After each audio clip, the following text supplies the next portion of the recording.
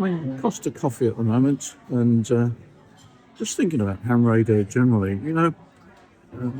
At my age, I can look back over many years for experience in ham radio, and sometimes it's nice just to mess about with ham radio. You can read all sorts of articles about antennas and about operation and how advanced equipment is and so forth. But sometimes you think, is this getting a bit too complicated? When I was first licensed, I didn't have an SWR meter. I'm not even sure I knew what the length of a dipole was on 20 meters. I had to look it up. I certainly didn't have much idea of theory. Well, I say I didn't know. I must have had some idea because I had to pass the City and Guilds ham radio exam. But I was still rather raw in terms of much of my knowledge. And so the lack of any means of measuring things, particularly like a VSWR meter and antenna analyzers, haven't even been thought of, I don't think. So it's a question of just running out bits of wire and seeing what happened. I knew that the dipole had to be resonant. I'm not sure I knew automatically what the dimensions were for a dipole, but they've been ingrained in my mind over many years now, though I do think in terms of old money. And to me, a 20-metre dipole is 33 foot long, and a 40-metre dipole is double that, 66 foot long, give or take. If I have to think in metric, then I have to really sort of convert it, go on to pick my iPad up and convert it. But that's no problem. I'm quite happy to work in old money. I know many of our friends in America are quite happy to work in feet and inches because that's what they still use. And good luck to them. Makes a lot of sense. Anyway, in this video, I was messing about with antennas.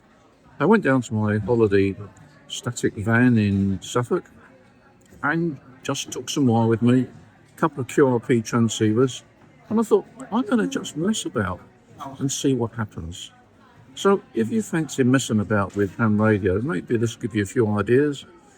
Maybe those that think that ham radio has to be very technical will be dismayed when they see what I do.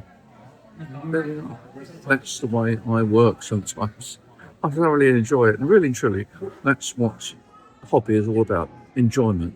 And you approach it from your own perspective.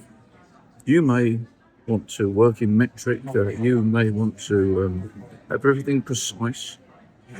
But I'm sure some of you are like me and you think, well, let's run a bit of wire out and see what happens and see whether we can make any contact. Some will throw their hands up in horror. Others will think, yeah, I can identify with that. Anyway, this is a short video, and you may throw your hands up in the air and say, oh, for goodness gracious, Peter.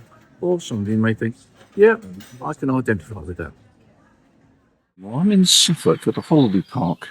Come down for a few days to just take a break and also mess about with antennas. This particular holiday park is a site of an old airfield, World War II airfield. And that was originally built, I think in 1942 they constructed it. It was going to be used for bombers, but it actually was eventually occupied by the Americans, and they were using Mustang fighters. And I think it closed about 1945, taken over by the RAF, and then I think it finally closed in the mid-50s. Anyway, it's a nice quiet spot, as you can see, and I thought I'd have a play with amateur radio. Unfortunately, conditions are really poor. I've listened on 40 metres, and stations were really struggling in the UK to make QSOs. It was long skip. There wasn't much activity at all. It was really, really bad conditions. 20 metres was a bit better. So what I thought I'd show you was me just messing about with antennas and just enjoying myself. Nothing high-tech at all. And you'll probably spot one or two things you think, oh gosh, that's not really the thing to do, Peter. But, I sort of wrapped an aerial around the end of a chair and so forth to support it.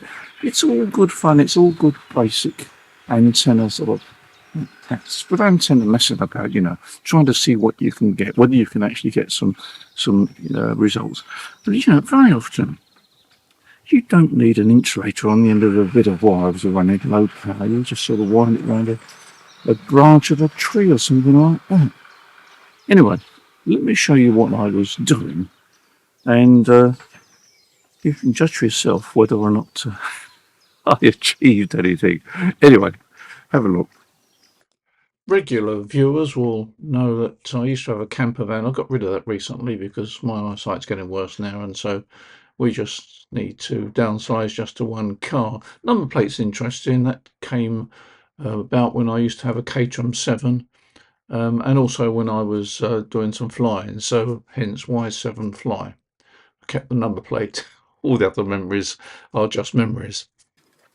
A couple of videos ago I showed how you could use a mobile whip not only on a vehicle for its normal application for portable operation, but also if you're operating from home, or like this particular case, a holiday home.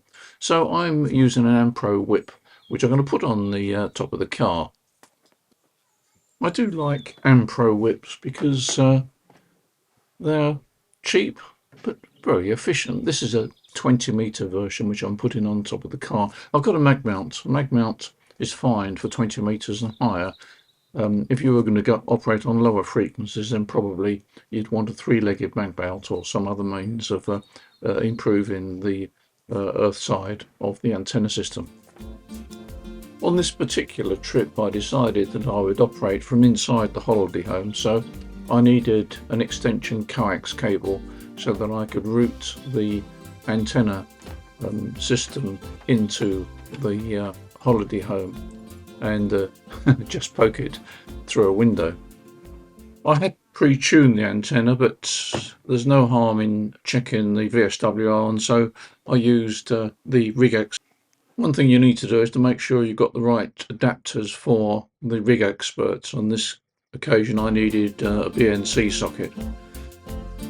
There we are, good resonance at the bottom of the band, which is what I wanted because I was going to operate CW. I'd taken the Yaesu FTX1 with me, which runs 6 watts with its battery attached on the back there, and balanced it on the window ledge. And checking with reverse beacon, I got some good results. As you can see, I was using the antenna on the car parked outside, which is a very convenient way of operating. I was keen to try this method of operation on 40 metres, and I'd bought with me an old Hustler mobile antenna. They're not imported at the moment, I don't think, but anyway, I had a Hustler 40 metre centre-loaded whip, put it on the car, and I was very pleased with the results I got.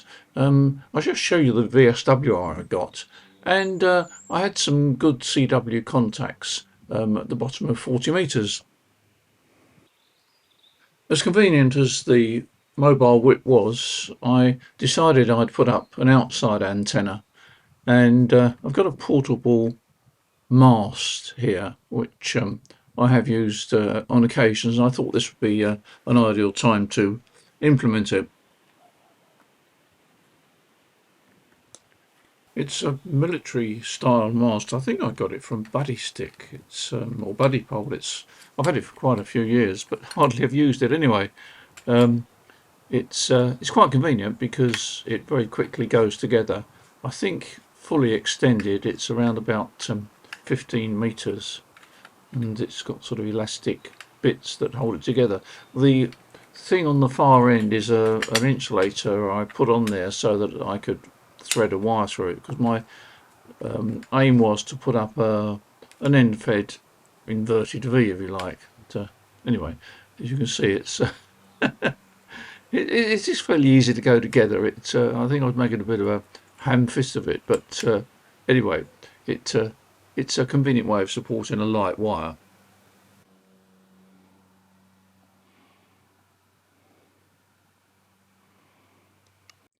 I'd brought with me a 70-foot length of wire which would enable me to erect a end-fed halfway for 40 metres, which would give me coverage of 40, 20, 15 and 10.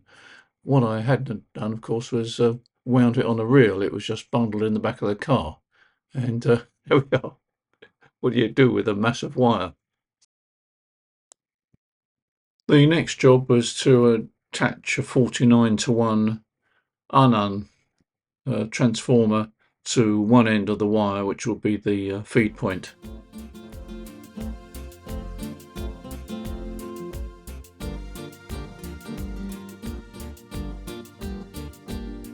I then needed to feed the wire through the insulator, because that insulator would be the center point of the inverted V. It was then a question of just lashing the mast to the decking and pulling out the wire. The end on the left went down to the decking, and I laid the end-fed transformer on the surface of the decking. There you can see the antenna. I think you can just about see it. Yeah, you can see it. It's just sort of forming an inverted V. And then the far end goes down towards the garden, and I lashed it to a wooden chair. In actual fact, I found that the antenna was a bit too long, so I had to make it a bit shorter and then make the chair a bit closer to the van. The first part of my operation was using the FTX1 field around about 6 watts, but I switched over to my little QMX transceiver, and that delivers about 4 watts on 40 meters. But on sideband it uses controlled envelope SSB and polar modulation. The net result is that my 4 watt signal will sound more like an 8 or 9 watt signal, and it's a very efficient form of transmission. I'll hand it back to you for the final before I lose you, and I've got you in the log at 5-5-3-53. Golf 3, Ocean Japan. 0 CMQ, go ahead. OK Mark, G0 CMQ from Golf 3, Oscar Juliet Victor. Sorry, the signal was a bit thin there. The microphone was well away from the transceiver, and that's why the audio was a bit noisy and weak. But anyway, I did have a QSO for about 5 minutes with that station, which was enjoyable. It was not all good practice, was it? Winding a bit of wire, the end of an area around a garden chair. That wasn't really good practice, but did it really matter? Did it really change things? I don't think it did. It was a portable setup, and that's what I set out to do, to play with aerials in a portable setup. Anyway, there we are. I hope you've enjoyed the video. I hope it's been of interest to you. I've enjoyed my time here, just playing about with aerials and just enjoying the quiet Suffolk countryside. And you can't say better than that, can you? In the meantime, you enjoy your ham radio, you take care. Look forward to seeing you, as usual, in the next video. Bye for now.